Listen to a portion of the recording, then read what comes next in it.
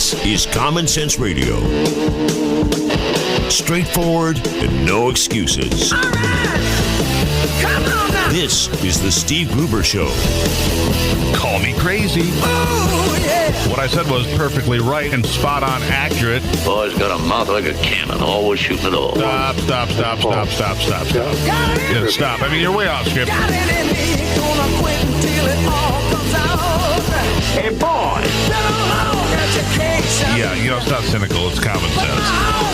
Pay attention to me when I'm talking to you. I'm gonna rock the nation. Rock the nation. Genuine, accountable, and raw.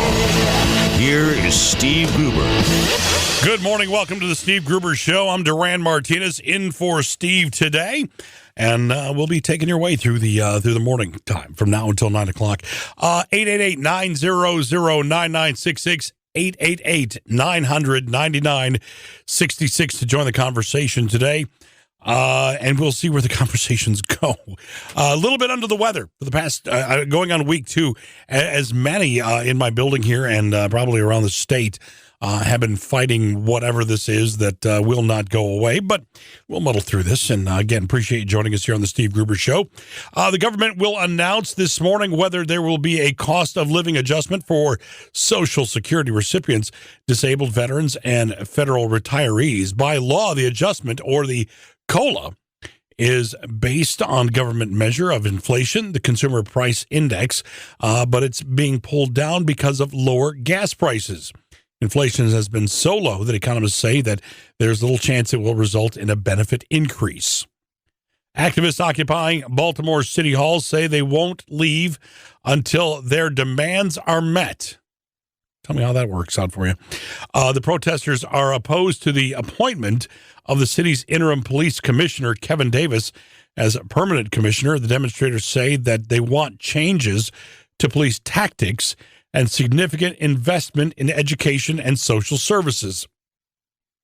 Demonstrators say that they want changes to these tactics. Protesters have been chanting, "We will fight for Freddie Gray."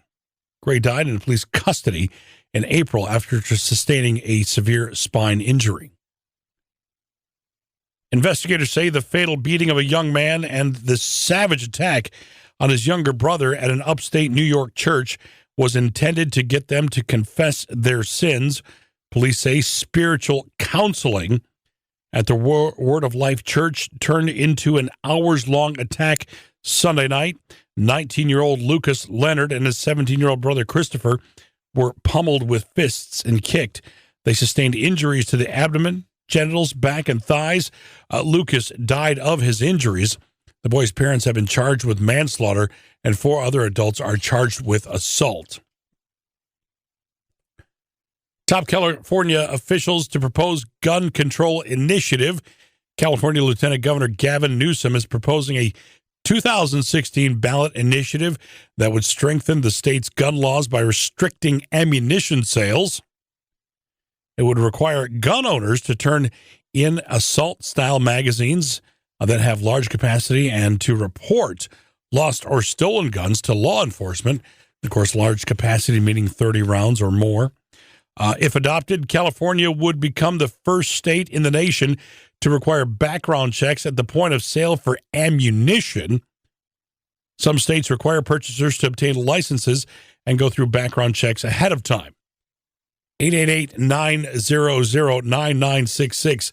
I can tell you already from personal, just from my personal thoughts, California will find every possible loophole for about everything, be it hunting, firearm sales, ammunition sales, anything that they can do to weaken the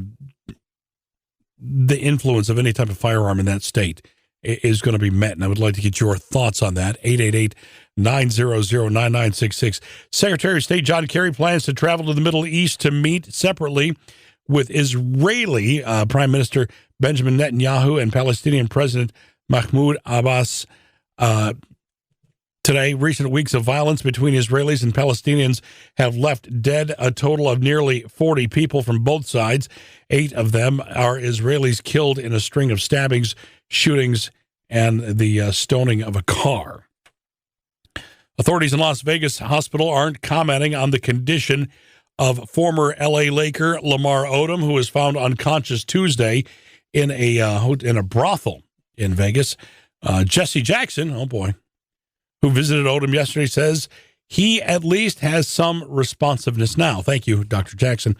At his bedside have been his childhood friends Kobe Bryant and Odom's estranged wife, reality TV star Khloe Kardashian, who filed for divorce in 2013, is making all the medical decisions right now for Odom, since they are still in the process of divorce. Frankly, I don't think I'd want her making any decisions for me in my time of grave illness. The Michigan House approves $9.3 million to address the Flint water crisis. Michigan lawmakers are allocating $6 million so Flint can reconnect to Detroit's drinking water system due to issues with water from the Flint River. The House approved budget legislation unanimously Wednesday. The Senate could sign off Thursday. The vote occurred nearly a week after Governor Rick Snyder called for Flint to switch back to Detroit while waiting for a pipeline to be completed. Snyder is seeking $9.3 million in state funds, including half of the $12 million needed to use Detroit's system through June. Residents complained about the safety and taste of the river water. The state corroborated findings of elevated lead levels in children. Legislation also includes about $3.3 million for filters, testing, and staff to conduct lead monitoring. The House okays a bill shielding youth who report drug overdoses. People under age 21 could avoid prescription drug-related criminal charges when reporting a medical emergency under legislation advancing in Michigan. The bill was approved unanimously by the House Wednesday and sent to the Senate. It would exempt minors from prosecution if they call 911 to report an overdose or other prescription drug-related health emergency. The sponsor, Representative Al Scholka of Stevensville, is hoping the legislation reduces the number of drug deaths and encourages young people to do the right thing. He introduced the bill after a 16-year-old died when other partygoers reportedly did not get him help because they feared getting in trouble. Michigan already has a Good Samaritan exemption for minors assisting someone in danger from alcohol intoxication. 888-900-9966 if you'd like to join the conversation today. And Brian in southern Michigan, we will get back to you here in just a couple of seconds. My apologies, I did not see this fast enough, but stick around. We will get to you here in just a little bit. Steve Gruber out today. I'm Duran Martinez, happy to be filling in for him today. And hopefully you'll join us as well. Much conversation coming our way, or your way, here in just a little bit. And we're going to talk a little bit about the Democratic debate here. Also, did you watch? Were you gripped? Did you feel the burn? All those questions and much, much more coming up. It is the Steve Gruber Show, 888-900-9966. 14 minutes after the top of the hour on the Michigan Talk Network.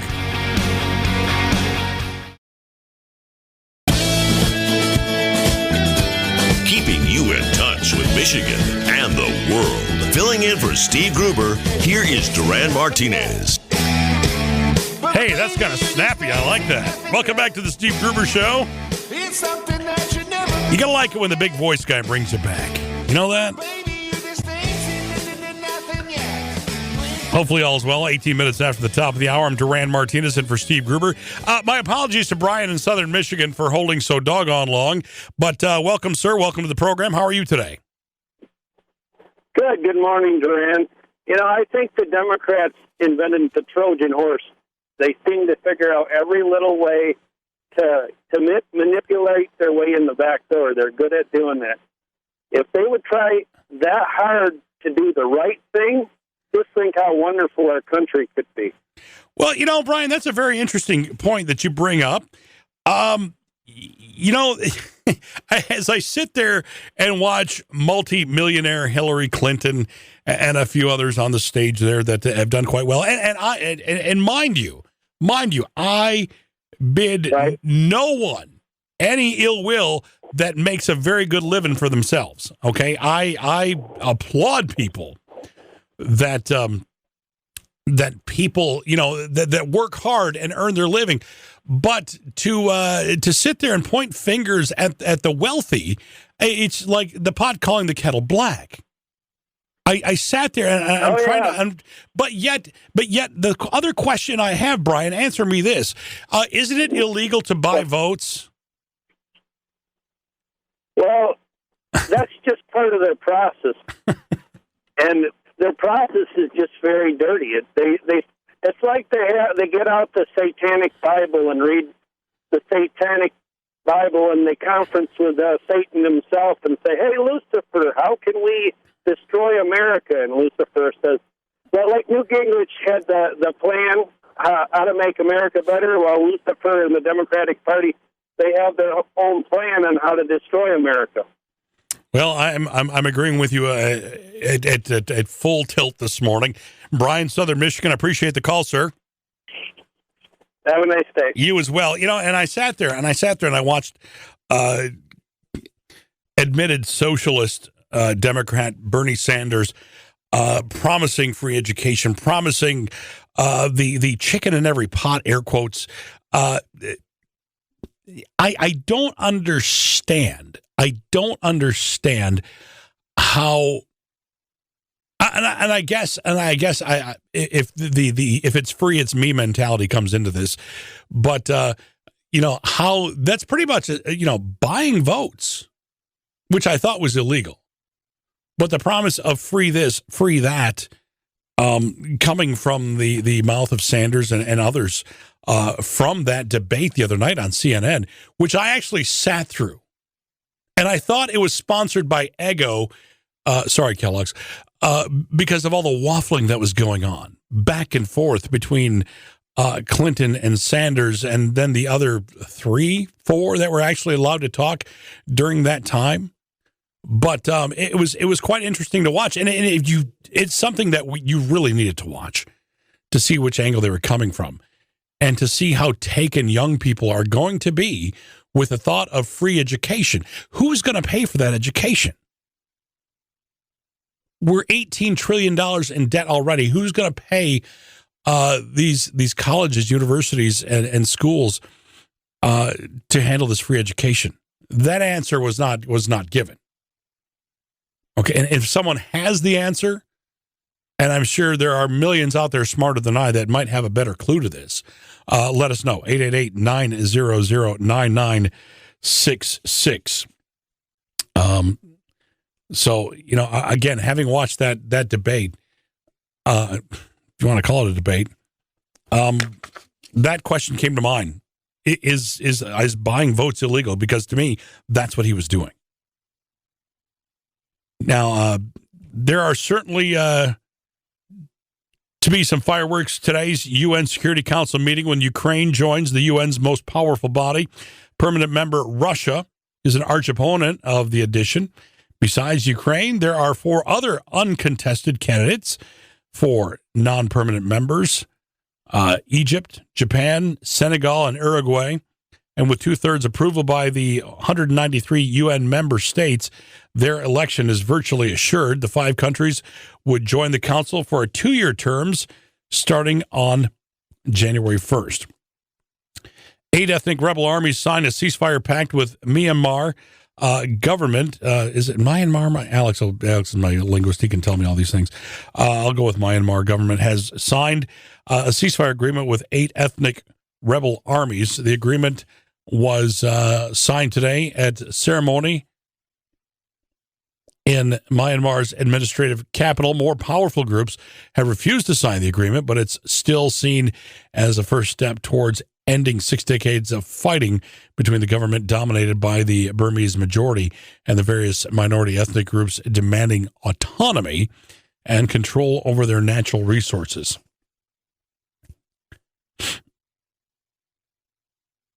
Authorities in a Las Vegas hospital aren't commenting on the condition of former L.A. Laker Lamar Odom, who was found unconscious Tuesday in a brothel. I know I read this earlier, but it's just it's curious. He was married to a Kardashian. Okay, ends up in a brothel in Las Vegas.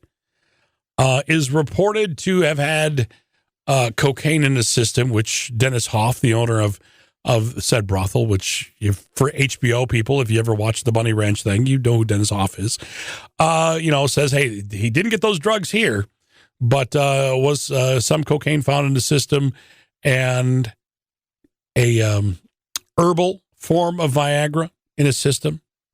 Probably going to have some brain damage from this. Has Khloe Kardashian monitoring his well-being and making medical decisions.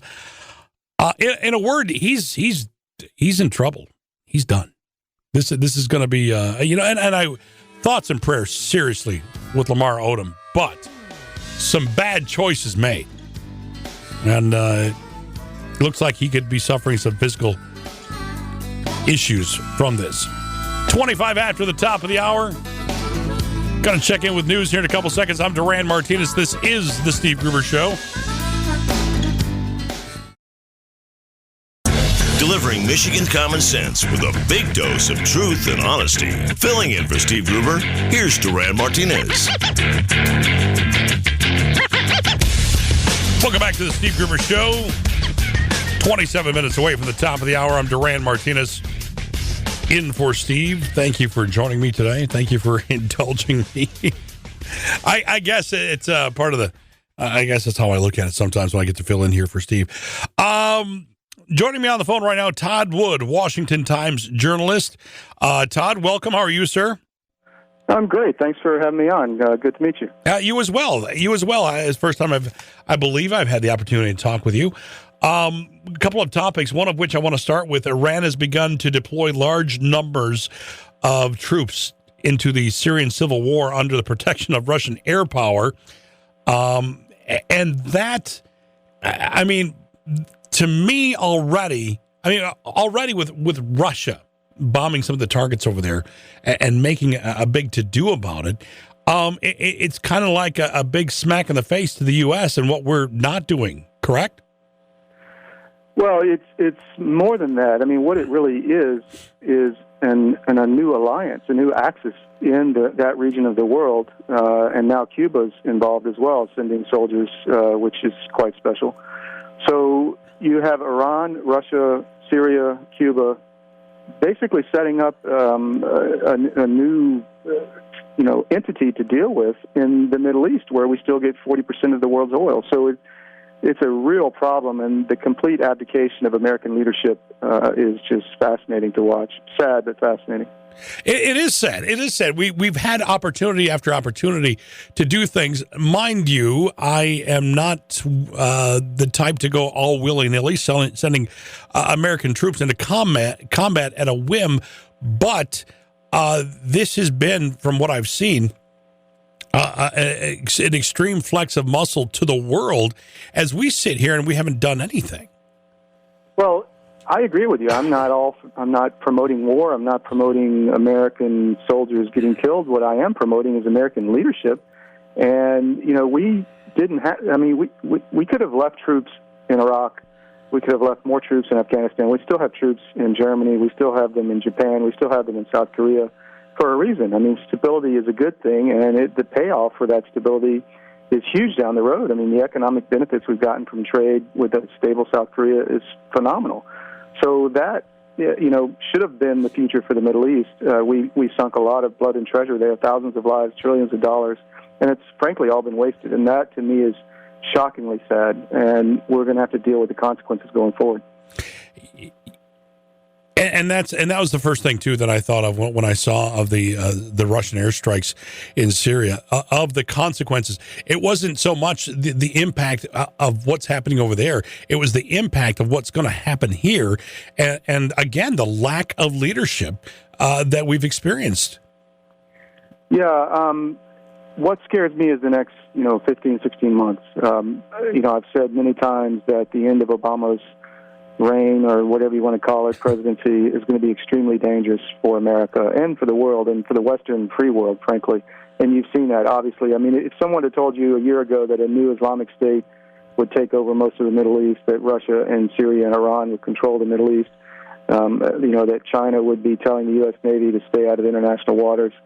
It's only going to get worse because people realize we're going to have a different presidency in the next time around. And so Putin, China, Iran, they're all trying to get as much as they can because they know Obama's not going to do a thing. And that's, peace through strength works, as Reagan said. And then right now we don't have that. Speaking with Todd Wood, Washington Times journalist. Todd, looking forward, looking hypothetically to the fact that we get a Republican president that's probably not going to back down, not going to take a lot of time to act, because action in this age of instant information and instant everything, they're going to want to see some instant results. And it's going to be difficult not to want to appease the American public at this time. Well, I think that we can make some strong statements without going to war. I think basically we can do what Reagan did and restart some, major weapon systems programs. For instance, the F-22, the Air Force said we needed 300 plus. We built 100 and something. I mean, how long is that going to last in a major conflict? We've neglected our conventional armed forces. We neglected our nuclear forces, and they need to be modernized, and that's going to take some money.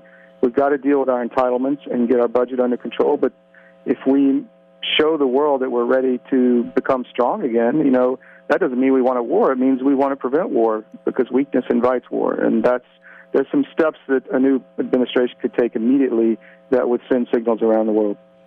Todd Wood is our guest here on the Steve Gruber Show. Todd, if somebody would have said, hey, can you imagine a Russian, Iranian, Cuban allied force going to war, I probably at first would have chuckled and then kind of stepped back and said, well, yeah, I can kind of see that at the same time. Well, what's even more sad is that same force command structure is sitting in an Iraqi command post that the American military built. Yeah, just coordinating airstrikes. I mean, you can't make this stuff up. I mean, it's just shockingly sad. And hopefully, my worry is that the American public really realizes what's going on. I mean, my hope at least, and gets active in preventing this type of progressive, whatever you call it, philosophy from ruling our day anytime again in the near future. Absolutely. Todd Wood is our guest here, a Washington Times journalist. Todd, I will take into consideration the three egos involved with that coalition over there.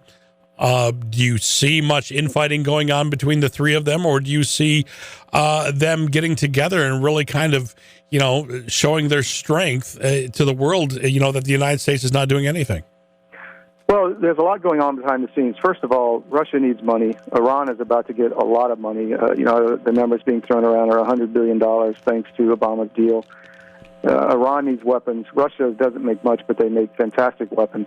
Mm-hmm. They're going to sell a lot of weapons to Iran. Iran's going to spread those all over the Middle East. They're going to threaten Israel. The air defense systems Russia makes are phenomenal. And they're long range, they're accurate, they're very effective, they're lethal.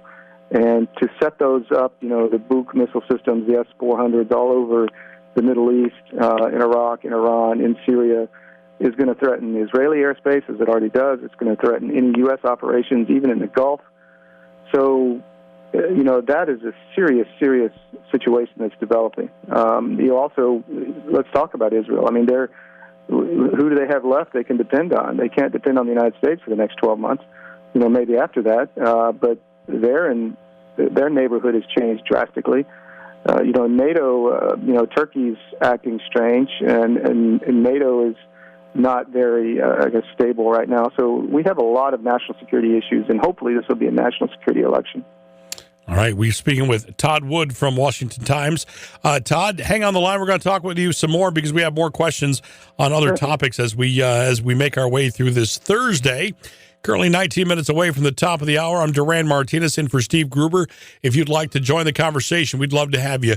888-900-9966. 888-900-9966. You can also find us on Facebook, The Steve Gruber Show. Give the page a like. If you'd like to find me, you can find me at facebook.com/Wild Michigan, my weekend show here on the Michigan Talk Network. More coming your way with Todd Wood Washington Times journalist on the Steve Gruber Show on the Michigan Talk Network.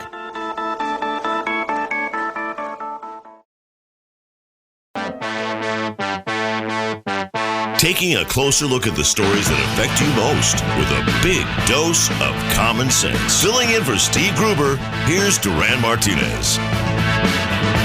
Welcome back to the Steve Gruber Show. I kind of feel like the undercard. It's cool to have the big voice guy reintroduce you, but it's like the visiting team. You don't get as much flair as Steve Gruber. Just kidding. Just kidding. Very happy to be sitting in the chair for Steve today. 15 minutes away from the top of the hour. We're speaking with Todd Wood here this morning. Todd, North Korea. I chuckle with uneasiness, with uncertainty. Flexing their military muscle, as North Korea has always been known to do. A long-range missile now in their hands, and thoughts of turning the Citadel, the evil empire, into a sea of fire. How much more are we going to take? You know, we're being taunted. And look, I understand, again, that, you know, just waiting for someone else to make the first move is sometimes the upper hand. But it just, we're constantly being taunted by this person. Well, the situation just follows on what we were just talking about. I mean, I was over at the DMZ earlier this year. That is a very scary and dangerous place. I mean, they're still at war. They never signed a peace treaty. But ever since the son, Kim Jong-un, came in, he has been more radical, more unstable, more unpredictable than his father. And even the closest elites in North Korea are unhappy about that situation because he killed his own uncle. He threw his own uncle to a pack of wild dogs who hadn't eaten in a week. So, you know, the guy is crazy. And now, thanks to our dear leader, we have a country who is miniaturizing nuclear weapons, testing missile systems regularly, about to do another nuclear test. And, yeah, they are now able to shoot an ICBM across the Pacific into California with a nuclear warhead. So that missile defense that Reagan was talking about, Star Wars, doesn't seem so crazy after all. And now you see the administration backtracking, trying to send ships and get something in place to protect against one or two missiles to the United States. You know, it's and crazy is kind of an understatement when you rewrite the laws of nature as to how he came into this world, how I don't get, and I understand, I can see as a people how North Korea is in absolute fear and will go along with anything that this crazy little dictator says. Well, yeah, I mean, there's some, I don't want to call it funny, but stories coming out of there. He now has pleasure squads of 18-year-old girls in case he needs some. I mean, this guy is just off his rocker. And, you know, you throw that in, with the movie about him was dead on. You know, I forget the name of it. But he's just a young, narcissistic, crazy kid who has nuclear weapons, and his people are starving, and so he's got to find a way to do that. And typically he's done it through blackmail, you know, threatening, you know, war unless you give me food and treat me nice. So, yeah, again, peace through strength. The only way to deal with that is an opposite force. No, and look, we see, you know, they have touted their military strength for years and years and years, but what worries me about this dictator that is currently in there is that at any given time, that guy's going to flip, and there's going to be a mass consequences to pay for this, and both sides essentially are going to lose on this. Well, yeah, you're right, and I think there are some stories coming out of the North. There was a defector who came out recently who said that, you know, like I was mentioning, the elite are not happy because they can't trust this guy. I mean, the secret for a dictator is to keep his wealthy friends around him wealthy and in power and happy and trips to the West and whatever. But, you know, he has gone after them as well because he's so paranoid, and he's killing them randomly. And so, you know, the best scenario would be for an assassination or some type of internal coup so we can have some type of rational person take over. I don't think you'll see a change until that happens. Yeah, I worry about that. I mean, look, you have failed attempts of many dictators over the years, and you see how that ends up bad. And, that would really kind of, prohibit one from wanting to take that step. But there's going to have to be somebody that does take that step. You had mentioned that you were in the DMZ speaking with Todd Wood here on the Steve Gruber Show. That has got to be a seriously uncomfortable feeling that whole time. Yeah, you go to the line. There are buildings on the line where the North and the South and the Americans, which is the UN function that the Americans lead there, are supposed to sit and talk, but there hasn't been any real talks for years now since Kim Jong-un stopped all communication. So it's really, really tense. It's funny because I was in one of those buildings, and took a step across into North Korea, and they didn't like it too much, and they started filming me from the outside. It's kind of a crazy situation, but no, it's scary, and that's what the American people need to realize is that it's still a really scary, volatile, dangerous situation. Absolutely, and again, we have journalists being taken in, tried, and convicted in other countries, and that one without exception, a very, very. It's got to be just difficult to be a journalist, and I applaud you for your work. I mean, I get to sit in a studio where it's nice and safe, and I've got a microphone, and I can see everything around me. That you have a very tough job, and we appreciate you joining us here on the Steve Gruber Show. No, thank you very much. It's a great show. I enjoy it because it's not one of those quickies. You can sit and discuss issues, so I like that a lot. Absolutely. Well, we appreciate you joining us here. Todd Wood joining us on the Steve Gruber Show, and appreciate your insight. And again, some of us will be watching, and then other ones will just be listening to see what the president says next. All right. Well, thank you very much. My website is ltoddwood.com if anybody wants to check me out. Thanks. Absolutely. Please do so. Please do so. Thank you, Todd. Appreciate you joining us here. You as well. 8 minutes away from the top of the hour. Danger. That's how I live. Nice, comfy studio. Microphone. Lots of windows. I'm good. Nah. It's the Steve Gruber Show. I'm Duran Martinez on the Michigan Talk Network.